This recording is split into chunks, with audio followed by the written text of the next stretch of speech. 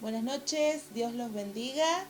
Hoy es lunes ya, 23 de marzo. Bueno, continuamos con esta forma de estar cerca y estar comunicados, que es a través de estos videos que estamos compartiendo con ustedes, familia, iglesia, esperando que estén bien, orando constantemente los unos por los otros.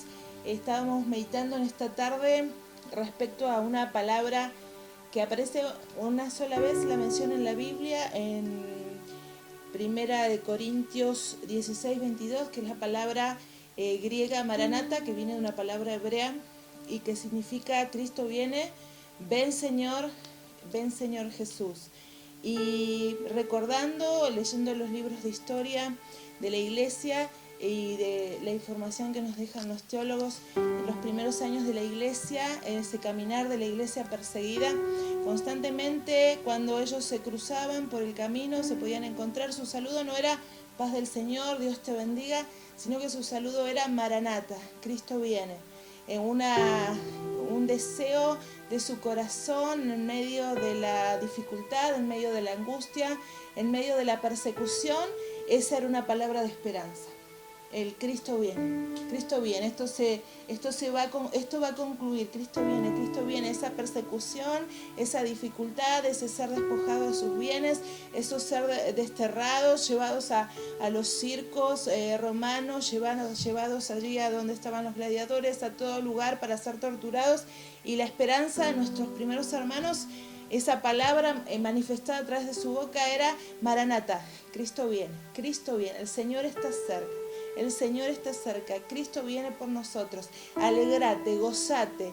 Después que la iglesia, 300 años después de tiempo de persecución, pasado el siglo III, Constantino, que da la paz para que la iglesia no continúe siendo perseguida, la iglesia comienza a pasar tiempos de paz, de sosiego, y el saludo se cambia, y ya no es Maranata, Cristo viene, sino es Dios te bendiga, paz. Y aquella iglesia perseguida, que para los teólogos se la puede llamar la iglesia del cielo, porque constantemente ellos estaban preparados para encontrarse cara a cara con Cristo, con su Señor, con aquel que los amó y dio su vida por ellos, pasa a ser una iglesia que se empieza a acomodar aquí en la tierra, que empieza a acomodarse en los templos, que eran quitados los ídolos para darle los templos a los cristianos, por orden del emperador, y la gente se convertía no por convicciones, sino se convertían por orden del emperador, y la iglesia comienza a desviar su mirada, y de pasar a ser la iglesia del cielo pasa a ser la iglesia del suelo, porque coloca su mirada en el suelo. Llega a tal punto esta desviación de la mirada de la iglesia que para el siglo XV tenemos una iglesia que vendía por medio de las indulgencias la salvación y el perdón de pecados, hasta que Dios levanta un varón como Lutero, que toma la palabra y a través de la luz de la palabra de Dios recibe la revelación de que la gracia es gratis, que la salvación es gratuita, que la gracia es un don de Dios para el hombre, para nuestra vida, que hay una vida nueva, una transformación y todo eso, y comienza un proceso de avivamiento para la iglesia. Los tiempos de persecución, los tiempos de angustia, los tiempos de dificultad vuelven a llevar a la iglesia a poner la mirada en el cielo, pero siempre es cíclica la historia de la iglesia, y pasamos estos procesos de el cielo, el suelo, el cielo, el suelo. El poder tener hoy este tiempo de dificultad, de angustia, nos hace levantar nuevamente nuestra mirada al cielo. San Lucas capítulo 21, nos encontramos en el verso 28, que dice: cuando estas cosas comiencen a suceder, erguíos y levantad vuestra cabeza, porque vuestra redención está cerca. Y esta noche queríamos hablar con el pastor un poquito sobre esta palabra redención. La palabra erguíos, después lee todo el texto allí en Lucas y en los evangelios que están hablando del regreso de nuestro Señor. Erguíos es levantate, cambia de posición. Erguíos es una persona que está derecha, que está de pie. El mundo, ante los acontecimientos que suceden a su alrededor, se llena de temor, se encorva, se esconde, se asusta, mira a su alrededor y solamente tiene la mirada puesta acá, que lo llena de miedo, que lo llena de expectación, que lo llena de temor por lo que está pasando a mi alrededor. Pero Dios dice: no, iglesia, vos no hagas eso. Vos levantate. Vos erguite, vos levantá tu cabeza y mirá los cielos y recordá, Maranata, Cristo viene. Cambia tu posición, no es la posición de temor, es la posición del gozo, de saber que Cristo viene y regresa por su pueblo y por su iglesia. Y me habla de erguíos y de levantar vuestra cabeza porque vuestra redención está cerca. Y quería preguntarte, pastor, respecto a la redención. ¿Qué significa redención? ¿Y a qué redención se está refiriendo Cristo en esta palabra? En principio el significado es pagar un rescate, pagar un precio, no por algo. En este caso Cristo pagó un rescate por el pecador, por el perdido. Nuestra condición natural mayormente se caracterizó por la culpa. Y la Biblia dice, por cuantos todos pecaron están destituidos de la gloria de Dios, de acuerdo a Romanos 3:23. La redención de Cristo nos ha librado de esa culpa, de acuerdo a 1 de Juan 4:18, y uno lee los contextos anteriores para poder entender, y ahí encuentra la verdadera, ¿no?, el amor de Dios. De tal manera amó Dios al mundo que ha dado. ¿Para qué Dios dio a su Hijo? Para que muriera, para que pagara el precio de nuestra redención. Eso es bueno que lo tengamos en cuenta. Entonces nosotros fuimos justificados gratuitamente por su gracia, mediante la redención que es en Cristo Jesús. Esto habla Romanos 3:24. Los beneficios de esa redención incluyen estas cosas, ¿no? Vida eterna, de acuerdo a Apocalipsis 5, 9 y 10. Perdón de pecado, de acuerdo a Efesios 1:7. Justificación, de acuerdo a Romanos 5:17. Libertad de la maldición de la ley, de acuerdo a Gálatas 3:13. Adoptados hijos, o sea, somos familia de Dios, de acuerdo a Gálatas 4:5, liberación de la esclavitud del pecado, de acuerdo a Tito 2:14 y Primera de Pedro, capítulo 1, verso 14 al 18. También tenemos estos beneficios, ¿no? Es la paz con Dios, de acuerdo a Colosenses 1:18 al 20. Y el otro beneficio es la morada permanente del Espíritu Santo en cada uno de nosotros, ¿no es cierto? De acuerdo a 1 Corintios 6, 19 y 20.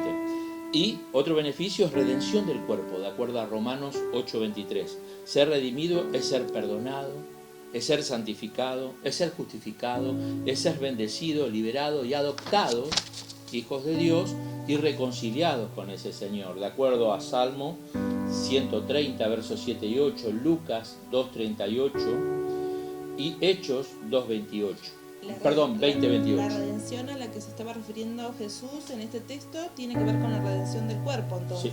Sí, porque nuestro espíritu, en el momento que nosotros aceptamos a Cristo, el plan eterno de Dios en Cristo y ese regalo de fe para creerle a Dios que es para salvación, automáticamente yo nazco en el espíritu. El tema es que todavía falta, por eso el texto dice que el espíritu a la verdad está dispuesto. Cuando vos fuiste llamado a ser hijo de Dios, Él te capturó, ya sos pertenencia, ya sos su hijo. Por eso Efesios habla de las arras del Evangelio, que habla que es el Espíritu me sella, sí, soy propiedad de Dios, pero todavía falta una obra completa que tiene que ver con la redención final, que tiene que ver con el alma y el cuerpo, con todo el ser.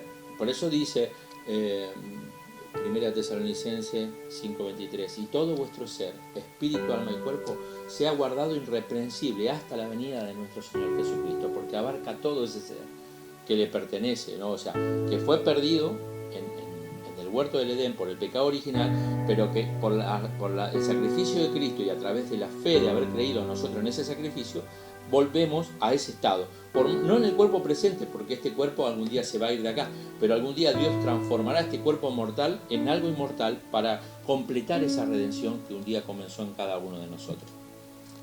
Podemos entonces seguir diciendo que redimir, como dijimos, significa comprar. Era un término empleado específicamente con referencia al pago de la libertad de un esclavo, y esa realmente era nuestra condición, ¿no? Redención es la enseñanza de Gálatas, de acuerdo a Gálatas 3:14 nos habla sobre esto, y también el 4:5 también habla muy claro sobre la redención, ¿no? Las calles del cielo estarán llenas de cautivos, quien por ningún medio propio o mérito propio de ellos se encuentran redimidos, o sea, solamente por mérito del Señor, por gracia y por misericordia, porque Él pagó el precio, y son perdonados y libres de esa culpa, ¿no?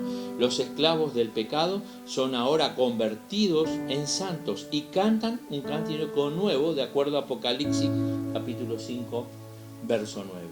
Nosotros éramos esclavos del pecado, condenados, separados de la eterna condición que deberíamos gozar si el hombre no hubiese pecado con Dios. Jesús pagó el precio, ¿para qué? Para redimirnos, resultando en nuestra liberación de esa esclavitud del pecado y nuestro rescate de las consecuencias eternas de ese pecado. Déjame decirte, hablando sobre la redención, porque Jesús dijo, cuando acontezcan estas cosas, erguid y levantad vuestras cabezas. Sabe que los animales, la mayoría son cuadrúpedos y miran para abajo, pero Dios nos hizo sobre dos piernas y nos hizo erguidos para que levantemos nuestra cabeza. Dice que el socorro viene de Jehová, que hizo los cielos y la tierra, y yo tengo que levantar mis manos y mirar hacia el cielo y reclamar las promesas de Dios para con nuestra vida en este tiempo. Dios te bendiga. Amén.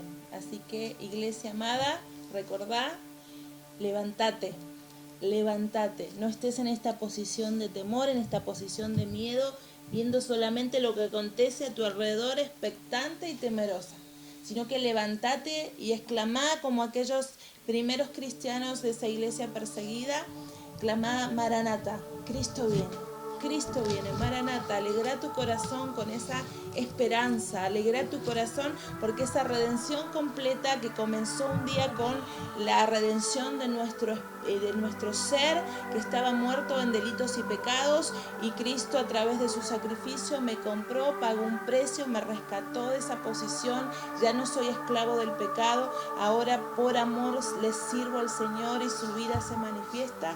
Bueno, cuando acontezca esa redención final donde nuestro cuerpo también sea transformado, nosotros vamos a gozar de estas últimas palabras de Jesús expresándole a sus discípulos y que en esta noche sirven para animar y fortalecer nuestros corazones. Iglesia, familia de Dios, un abrazo fraternal y nos vemos en el próximo video. Amén.